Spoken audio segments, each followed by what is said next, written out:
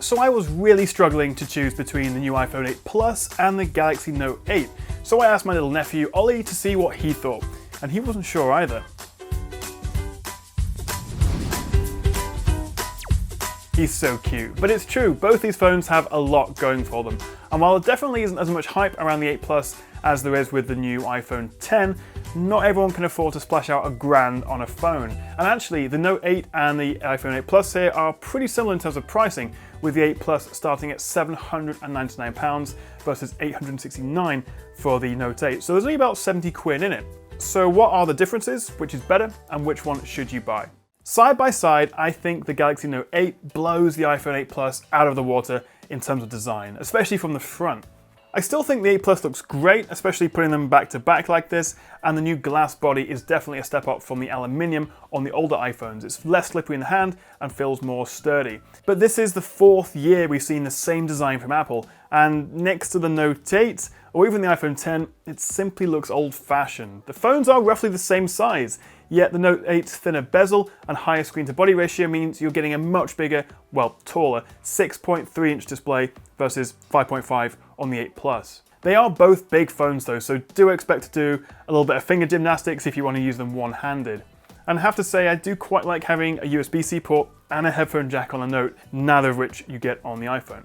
Both phones have fantastic displays, among the best on the market, but on paper, the Note 8 once again comes out on top, with a higher resolution, more vibrant and brighter AMOLED panel, as well as support for high dynamic range. The iPhone 8 Plus does now offer True Tone, which adjusts the screen's color based on the ambient lighting around you, which is actually really useful, but that's about it. There's not a whole lot new here, and considering the iPhone 10 offers a gorgeous edge-to-edge HDR OLED screen, the 8 Plus just feels a little bit stuck in the past. Now, measuring performance is always tricky when you're comparing an Android phone with an iPhone. Both are insanely fast, and honestly, I think we're kind of at the stage now where it's difficult to see much difference in terms of speed and responsiveness in general use. The 8 Plus uses Apple's new A11 Bionic chip, along with 3 gigs of RAM and 64 gigs of built-in storage, and also has the power to support the new AR kit, which means developers can create apps and games using augmented reality on the iPhone. The Note 8, on the other hand, uses the latest Snapdragon 835 processor or the Exynos 8895, depending on where you live. It's also got 6 gigs of RAM, which is 50% more than the S8 and twice as much as the iPhone 8 Plus. Now, this extra RAM doesn't really make much difference in general use, as I think it's primarily there for the processing of the new dual camera setup. The Note 8 also has 64 gigs of storage built in, but it does support micro SD cards up to 256 gigabytes. So which is faster? Well, they're both really powerful, and it does come down to software, iOS 11 versus Android 7. And you probably already have a preference about which one you prefer. If you're heavily invested in iOS and use things like iMessage all the time, then that's a good reason to stick with the iPhone. But I do have to admit, I prefer Android at the moment. And while Samsung's Experience UI is still a bit clunky sometimes, and may not be as consistently smooth as the iPhone, you can easily add custom skins and themes, or even reduce the animation times in the settings to make it feel a lot faster. So it is very much personal preference. And of course, they'll play any app or game flawlessly from the app stores. So I'm going to call that a tie. Go with the one with the software that you prefer using, and don't worry about millisecond differences in app loading times or animation speeds. Now let's talk about the cameras. Both of these phones offer dual lens cameras. The iPhone 8 has two 12 megapixel sensors with one f1.8 main and an f2.8 telephoto lens. The Note 8 also has dual 12 megapixel cameras, but they do have slightly wider apertures with f1.7 on the main and f2.4 on the telephoto. So the Note's cameras will let in a bit more light and should therefore be better in darker conditions. But aside from the tech specs, the 8 Plus offers a new studio lighting portrait mode, which can give you some really cool and artistic effects to photos. But the Note 8 also offers a portrait mode, although Samsung call it live focus, which I think works really well and makes your subject stand out. But I think the most technically impressive feature on the iPhone 8 Plus is that you can now shoot 4K 60 video. No other smartphone can do it. This one tops out at 4K 30. Although recording at 4K 60 does use 400 megabytes per minute, which is crazy. And standard 4K 30 uses about 170.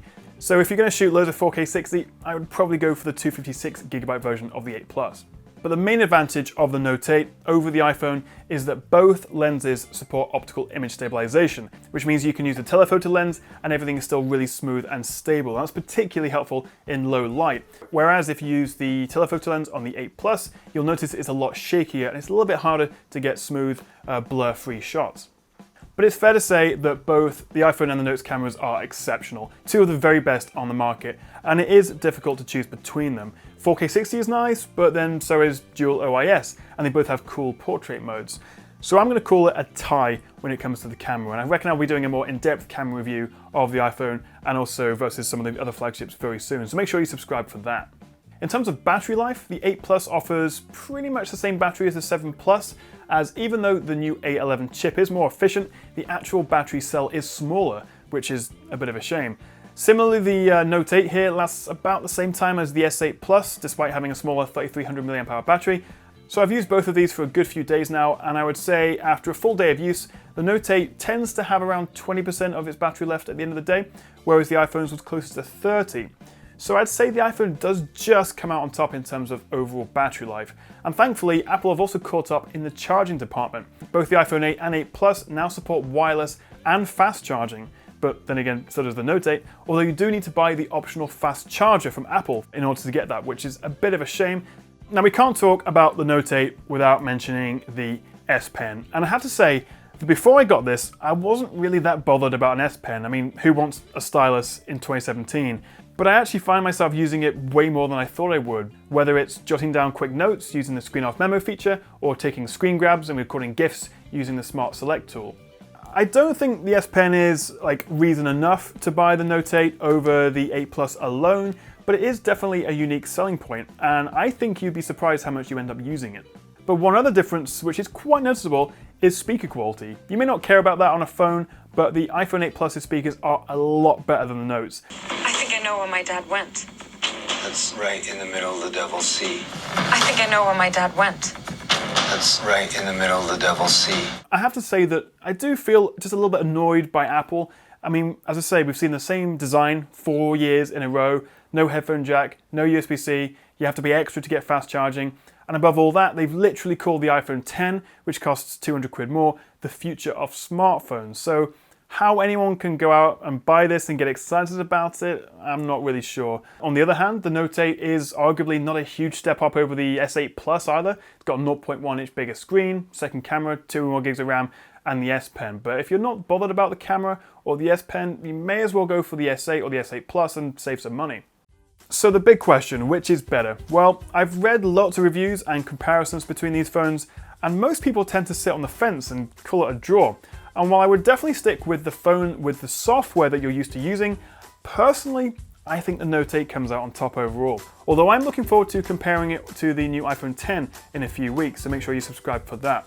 So I hope that was helpful. Let me know which one you prefer in the comments, and don't forget to like and subscribe if you enjoyed the video, which I hope you did. Thank you very much for watching, guys, and I'll see you next time right here on the Tech Chap.